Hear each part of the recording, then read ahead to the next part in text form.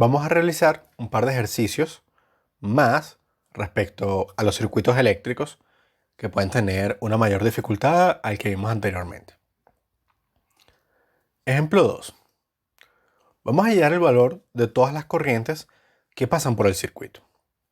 Entonces, de nuevo, vamos a seguir la misma receta que hemos trabajado o que trabajamos la vez pasada. Paso 1. Nombramos cada nodo y esquina del circuito con una letra. Entonces, en este caso lo podemos hacer de esta manera. Nuevamente, de amarillo, vamos a representar los nodos, ¿verdad? Que es cuando hay una bifurcación de cables o una unión de cables. Y las esquinas también las llamo con letras, pero no les coloco ese color amarillo. Porque de nuevo, no son nodos. No, una esquina no es un nodo. Entonces, bueno, simplemente le coloco las letras.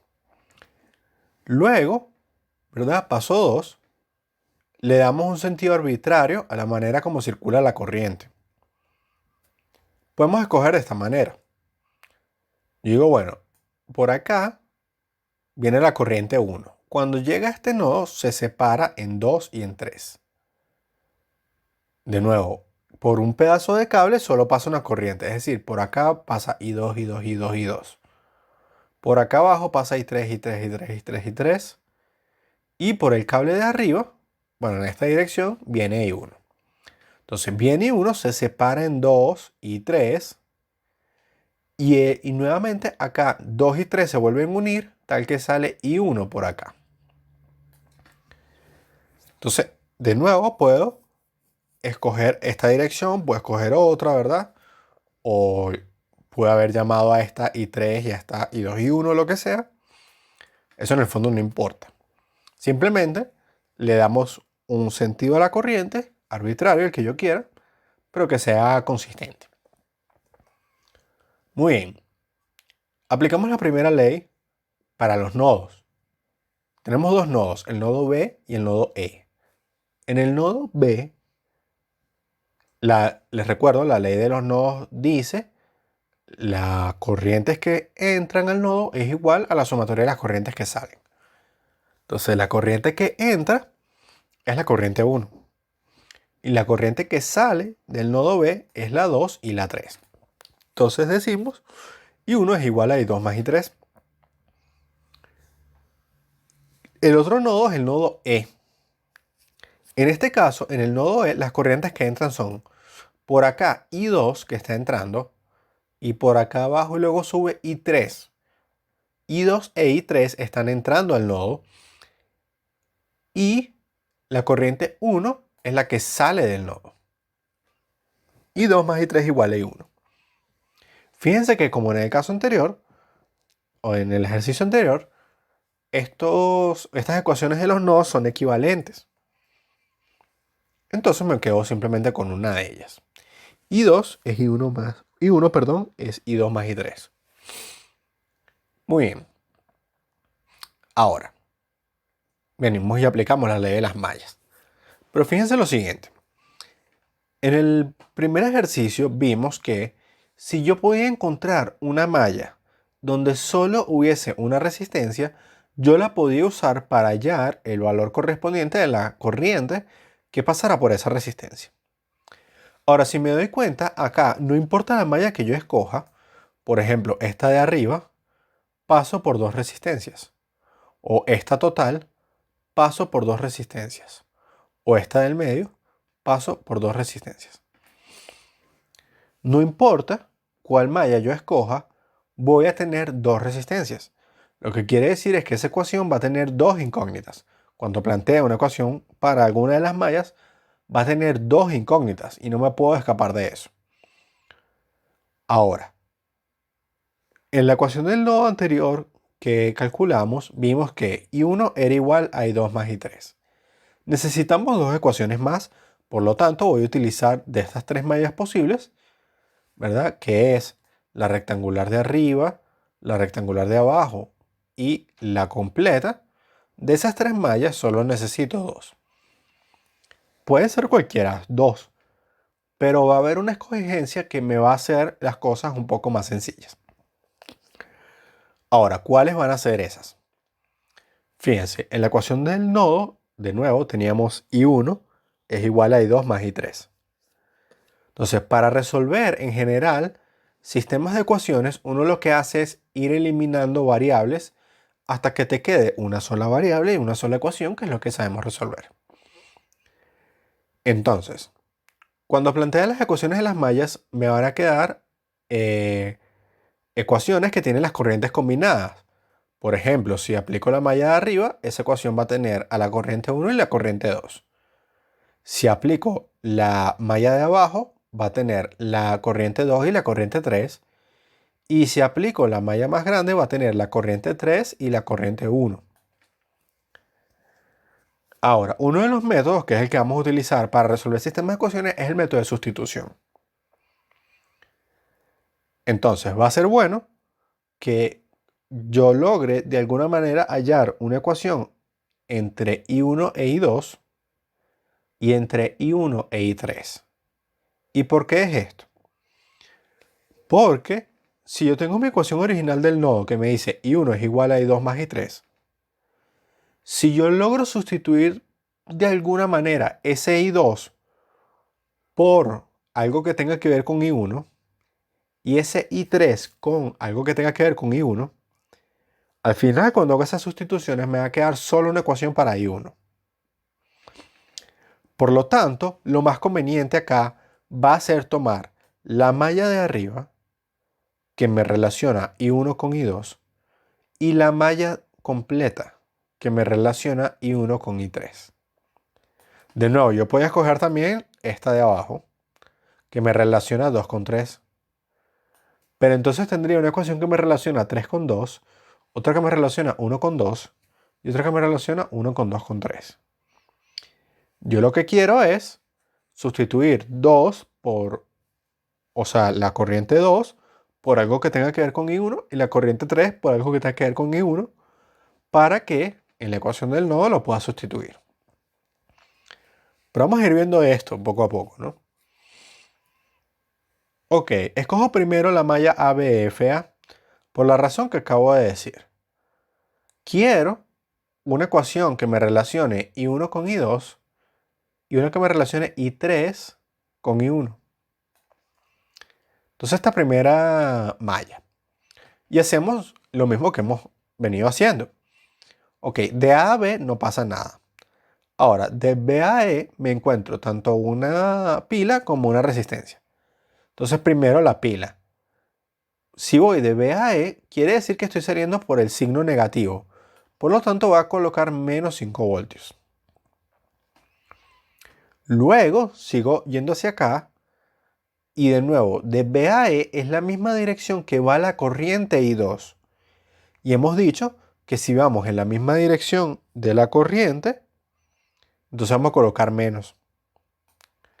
Entonces colocamos menos resistencia por corriente. Menos 3 ohmios por la corriente que atraviesa, que es I2. Luego voy de E a F, no pasa nada. Y ahora de F a A me encuentro una corriente y una pila. Entonces, una resistencia, perdón, y una pila. Entonces, de F a A estoy yendo en la misma dirección que la corriente. La corriente 1 viene por acá. Por lo tanto, voy a poner nuevamente menos la resistencia, que es 1 por la corriente I1. Y ahora acá en la pila estoy saliendo por el lado de más. Entonces coloco más 3 voltios. Y como volví a llegar a A, eso decimos que es 0.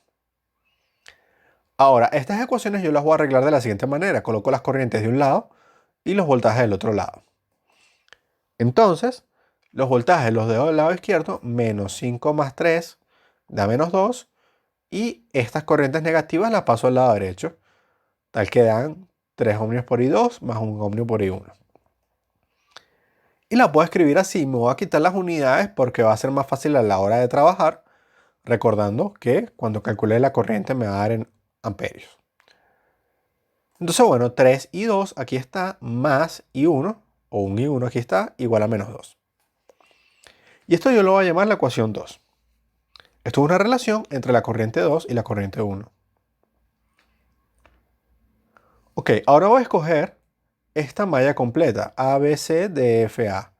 De nuevo, porque esto me va a dar una relación entre la corriente 3 que atraviesa esta resistencia y la corriente 1 que atraviesa esta resistencia.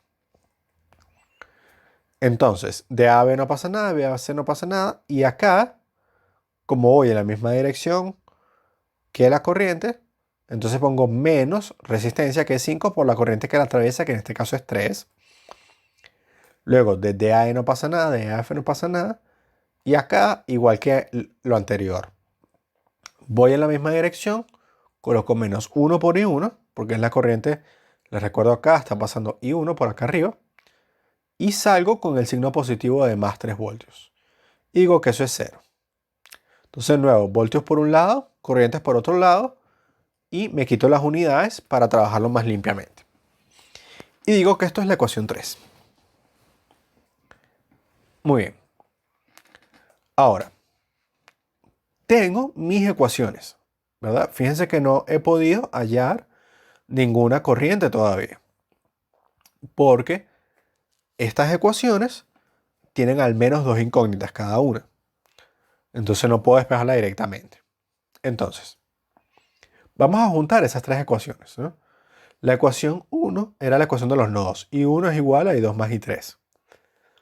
Luego la ecuación 2 y la ecuación 3, que son las ecuaciones que llamamos de las mallas.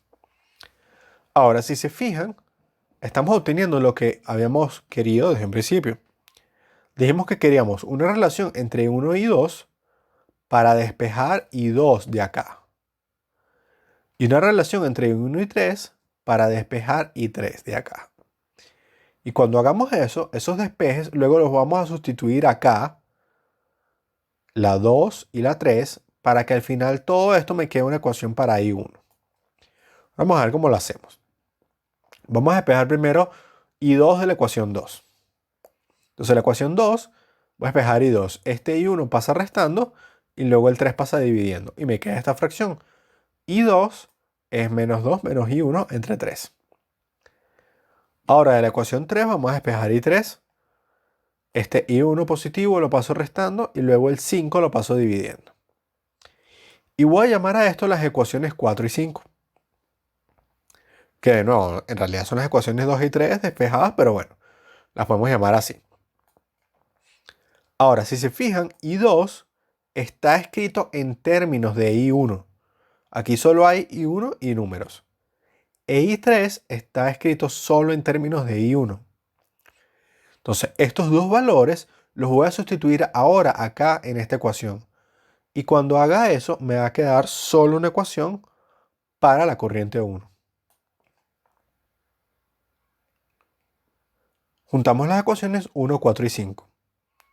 Entonces, I1 era igual a I2 más I3. I2, la ecuación 4 que acabamos de hallar es esto.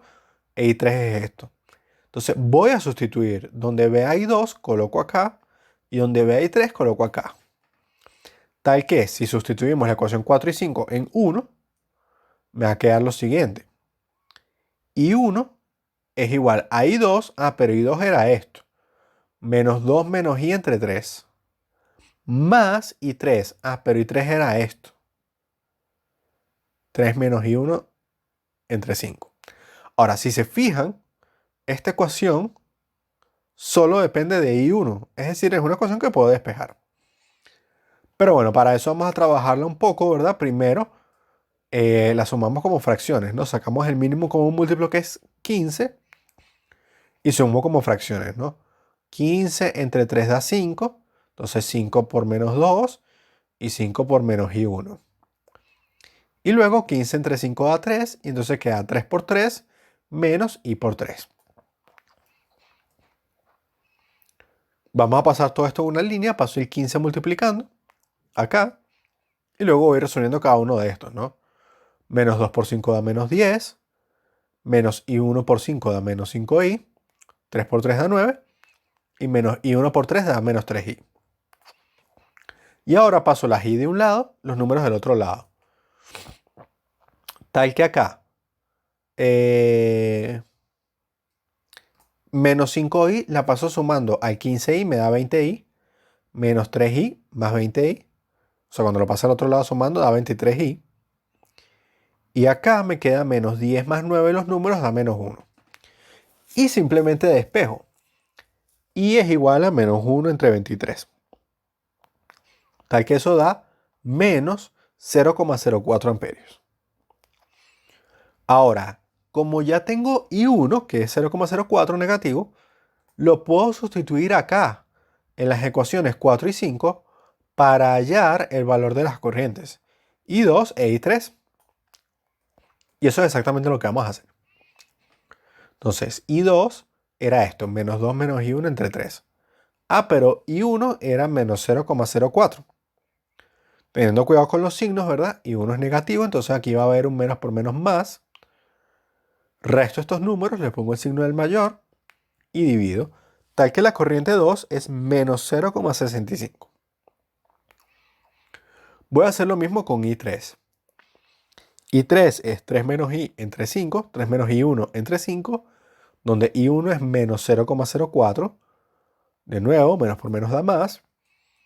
Tal que esto da 3,04 entre 5, y esto me da que la corriente 3 es 0,60.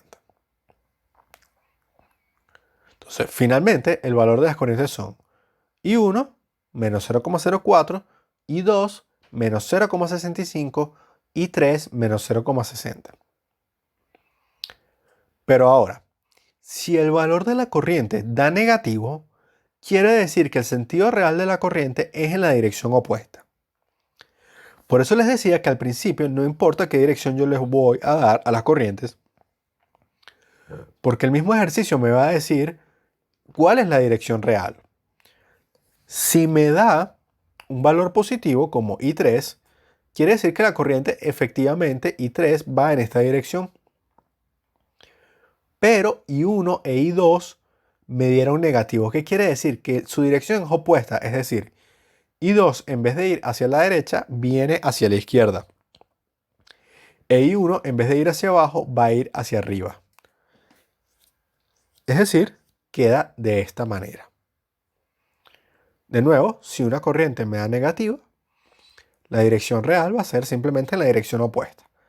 Y de nuevo, no importa cuál yo le dé al principio, qué dirección yo le dé al principio, porque el resultado me va a decir si la corriente efectivamente va en la dirección que yo puse o si va en el sentido contrario de acuerdo al signo que me dé.